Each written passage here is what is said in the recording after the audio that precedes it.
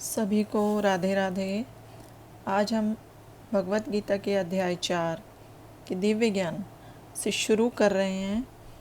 भगवान श्री कृष्ण ने कहा, मैंने इस अमर योग विद्या का उपदेश सूर्यदेव विवस्वान को दिया और विवस्वान ने मनुष्य के पिता मनु को उपदेश दिया और मनु ने इसका उपदेश इक्ष्वाकु को दिया। इस प्रकार यह परम विज्ञान गुरु परंपरा द्वारा प्राप्त किया गया और राजश्रियों ने इसी विधि से इसे समझा, किंतु कालक्रम में यह परंपरा छिन्न हो गई, अतः यह विज्ञान यथारूप में लुप्त हो गया लगता है।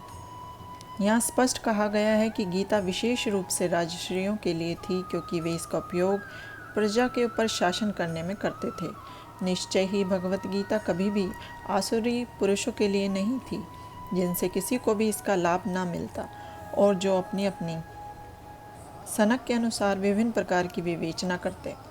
अतः जैसे ही असाधु भाष्यकारों के निहित स्वार्थों से गीता का मूल उद्देश्य उच्छिन्न हुआ, वैसे ही पुनः गुरु परंपरा स्थापित करने की आवश्यकता प्रतीत हुई। 5000 वर्ष पूर्व भगवान ने स्वयं देखा कि गुरु परंपरा टूट चुकी है, अतः उन्होंने घोषित किया कि गीता का उद्देश्य नष्ट हो चुका है। इसी प्रकार इस समय गीता के इतने संस्करण उपलब्ध है कि उनमें से प्राय सभी प्रामाणिक गुरु परंपरा के अनुसार नहीं हैं। विभिन्न संसारी विद्वानों ने गीता की असंख्य टीकाएं की हैं, किंतु वे प्राय सभी श्री कृष्ण को स्वीकार नहीं करते। यद्यपि वे कृष्ण के नाम पर अच्छा व्यापार चलाते हैं, यह आसुरी प्रवृत्ति है, क्योंकि असुरगण ईश्वर में विश्वास नहीं करते, वे केवल परमेश्वर के गुणों का लाभ उठाते हैं। अतः अंग्रेजी में गीता के एक संस्करण की नितांत आवश्यकता थी, जो परंपरा गुरु परंपरा से प्राप्त हो। प्रस्तुत प्रयास इसी आवश्यकता की पूर्ति के उद्देश्य से किया गया है। भगवत गीता यथारूप मानवता के लिए महान वरदान है, किंतु यदि इसे मानसिक चिंतन समझा जाए तो यह समय का अपव्यय होगा। आज मेरे द्वारा वही यह प्राचीन योग यानी परमेश्वर के साथ अपने संबंध का विज्ञान तुमसे कहा जा रहा है, क्योंकि तुम मेरे भक्त तथा मित्र हो, अतः तुम इस विज्ञान के दिव्य रहस्य को समझ सकते हो। मनुष्य की 2 श्रेणियां हैं, भक्त तथा असुर।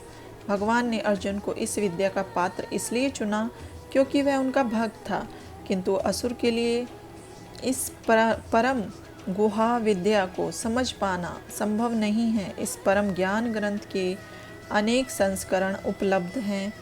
इनमें से कुछ भक्तों की टीकाएं हैं और कुछ असुरों की। जो टीकाएं भक्तों द्वारा की गई है वे वास्तविक हैं, किंतु जो असुरों द्वारा की गई है वे व्यर्थ हैं। अर्जुन श्री कृष्ण को भगवान के रूप में मानता है, अतः जो गीता भाष्य अर्जुन के पद चिन्हों का अनुसरण करते हुए किया गया है, वह इस परम विद्या के पक्ष में वास्तविक सेवा है। किंतु असुर भगवान कृष्ण को उस रूप में नहीं मानते। वे कृष्ण के विषय में तरह तरह की मनगढ़ंत बातें करते हैं और वे कृष्ण के उपदेश मार्ग से सामान्य जनता को गुमराह करते रहते हैं। ऐसे कुमार्गों से बचने के लिए यह चेतावनी है। मनुष्य को चाहिए कि अर्जुन की परंपरा का अनुसरण करे और श्रीमद् भगवत गीता के इस परम विज्ञान से लाभान्वित हो। अर्जुन ने कहा, सूर्यदेव विवस्वान आप से हो चुके ज्येष्ठ हैं, तो फिर मैं कैसे समझूं कि प्रारंभ में भी आपने उन्हें इस विद्या का उपदेश दिया था। श्री भगवान ने कहा, तुम्हारे तथा मेरे अनेकानेक जन्म हो चुके हैं, मुझे तो उनके सबका स्मरण है, किंतु हे परंतप तुम्हें उनका स्मरण नहीं रह सकता है। जब भी भगवान अवतरित होते हैं तो उनके पार्षद भक्त भी विभिन्न रूपों में उनकी सेवा करने के लिए उनके साथ साथ अवतार लेते हैं। अर्जुन ऐसा ही भक्त है और इस श्लोक से पता चलता है कि लाखों वर्ष पूर्व जब भगवान श्री कृष्ण ने भगवत गीता का प्रवचन सूर्यदेव विवस्वान से किया था, तो उस समय अर्जुन भी किसी भिन्न रूप में उपस्थित था। सूर्यदेव विवस्वान से किया था तो उस समय अर्जुन भी किसी भिन्न रूप में उपस्थित था, किंतु भगवान तथा अर्जुन में यह अंतर है कि भगवान ने यह घटना याद रखी, किंतु अर्जुन इसे याद नहीं रख सका। अंश रूप जीवात्मा तथा परमेश्वर में यही अंतर है। अतः भौतिक दृष्टि से जीव चाहे कितना ही बड़ा क्यों ना हो, वह कभी परमेश्वर की समता नहीं कर सकता। ब्रह्म संहिता में भगवान को अच्युत कहा गया, जिसका अर्थ होता है कि वे भौतिक संपर्क में रहते हुए भी अपने को नहीं भूलते। अतः भगवान तथा जीव कभी भी सभी तरह से एक समान नहीं हो सकते। यद्यपि मैं जन्मा तथा विनाशी हूँ और यद्यपि मैं समस्त जीवों का स्वामी हूँ, तो भी प्रत्येक युग में मैं अपने आदि दिव्य रूप में प्रकट होता हूँ। हे भरतवंशी, जब भी और जहाँ भी धर्म का पतन होता है और धर्म की प्रधानता होने लगती है, तब तब मैं अवतार लेता हूँ। भक्तों का उद्धार करने, दुष्टों का विनाश करने तथा धर्म की फिर से स्थापना करने के लिए मैं हर युग में प्रकट होता हूँ। हे अर्जुन, जो मेरे आविर्भाव तथा कर्मों की दिव्य प्रकृति को जानता है, वह इस शरीर को छोड़ने पर इस भौतिक संसार में पुनः जन्म नहीं लेता, अपितु मेरे सनातन धाम को प्राप्त होता है। आसक्ति, भय तथा क्रोध से मुक्त होकर मुझ में पूर्णतया तन्मय होकर और मेरे शरण में आकर बहुत से व्यक्ति भूतकाल में मेरे ज्ञान से पवित्र हो चुके हैं। इस प्रकार से उन सबों ने मेरे प्रति दिव्य प्रेम को प्राप्त किया है। जिस भाव से सारे लोग मेरी शरण ग्रहण करते हैं, उसी के अनुरूप मैं उन्हें फल देता हूँ। हे पार्थ, प्रत्येक व्यक्ति सभी प्रकार से मेरे पथ का अनुगमन करता है। इस संसार में मनुष्य सकाम कर्मों में सिद्धि चाहते हैं, फलस्वरूप वे देवताओं की पूजा करते हैं। निसंदेह इस संसार में मनुष्य को सकाम कर्म का फल शीघ्र प्राप्त होता है। प्रकृति के तीनों गुणों और उनसे संबंध कर्म के अनुसार मेरे द्वारा मानव समाज के 4 विभाग रचे गए। यद्यपि मैं इस व्यवस्था का सृष्टा हूँ, किंतु तुम यह जान लो कि मैं इतने पर भी अव्यय अकर्ता हूँ। भगवान प्रत्येक वस्तु के सृष्टा हैं, परंतु वस्तु उनसे उत्पन्न है, उनके ही द्वारा पालित हैं और प्रलय के बाद प्रत्येक वस्तु उन्हीं में समा जाती है।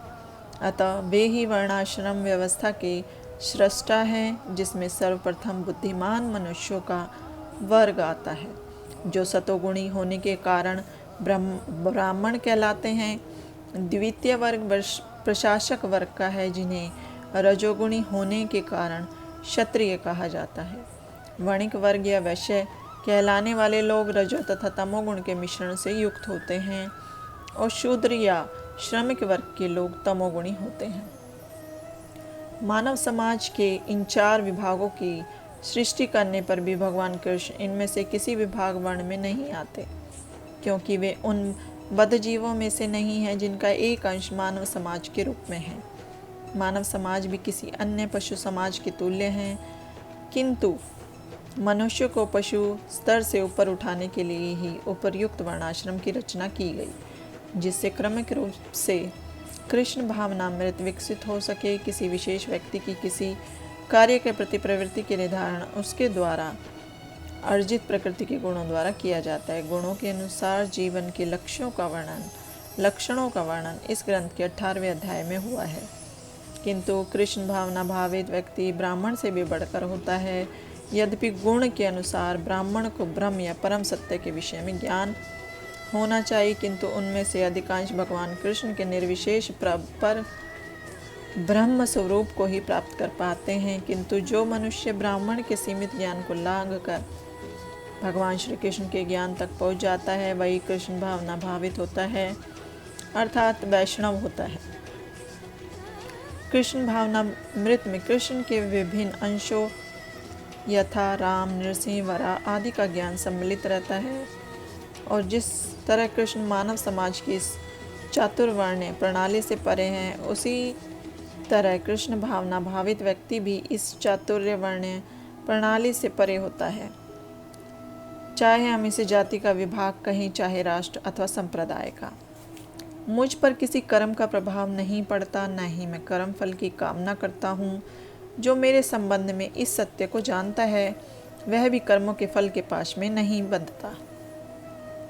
प्राचीन काल में समस्त मुक्तात्माओं ने मेरी दिव्य प्रकृति को जान करके ही कर्म किया, अतः तुम्हें चाहिए कि उनके पद चिन्हों का अनुसरण करते हुए अपने कर्तव्य का पालन करो। कर्म क्या है और अकर्म क्या है, इसे निश्चित करने में बुद्धिमान व्यक्ति भी मोहग्रस्त हो जाते हैं। अतएव मैं तुमको बताऊंगा कि कर्म क्या है, जिसे जानकर तुम सारे अशुभ को से मुक्त हो सकोगे। कर्म की बारीकियों को समझना अत्यंत कठिन है, अतः मनुष्य को चाहिए कि वह यह ठीक से जाने कि कर्म क्या है, विकर्म क्या है और अकर्म क्या है। जो मनुष्य कर्म में अकर्म और अकर्म में कर्म देखता है, वह सभी मनुष्यों में बुद्धिमान है और सब प्रकार के कर्मों में प्रवृत्त रहकर भी दिव्य स्थिति में रहता है। कृष्ण भावनामृत में कार्य करने वाला व्यक्ति स्वभावतः कर्म बंधन से मुक्त होता है। उसके सारे कर्म कृष्ण के लिए होते हैं, अतः कर्म के फल से उसे कोई लाभ या हानि नहीं होती। फलस्वरूप वह मानव समाज में बुद्धिमान होता है। यद्यपि वह कृष्ण के लिए सभी तरह के कर्मों में लगा रहता है। अकर्म का अर्थ है कर्म के फल के बिना। निर्विशेषवादी इस भय से सारे कर्म करना बंद कर देता है कि कर्म फल उसके आत्म साक्षात्कार के मार्ग में बाधक ना हो। किंतु सगुणवादी अपनी स्थिति में भली भांति परिचित रहता है कि वह भगवान का नित्य दास है, अतः वह अपने आप को कृष्ण भावनामृत के कार्यों में तत्पर रखता है।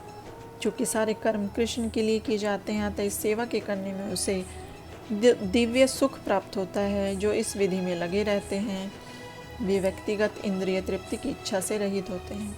कृष्ण के प्रति उसका नित्य दास्य भाव उसे सभी प्रकार के कर्म फल से मुक्त करता है। जिस व्यक्ति का प्रत्येक प्रयास इंद्रिय तृप्ति की कामना से रहित होता है, उसे पूर्ण ज्ञानी समझा जाता है। उसे ही साधु पुरुष ऐसा करता कहते हैं जिसने पूर्ण ज्ञान की अग्नि से कर्म फलों को भस्म सात कर दिया है। अपने कर्म फलों की सारी आसक्ति को त्याग कर सदैव संतुष्ट तथा स्वतंत्र रहकर वह सभी प्रकार के कार्यों में व्यस्त रहकर भी कोई सकाम कर्म नहीं करता।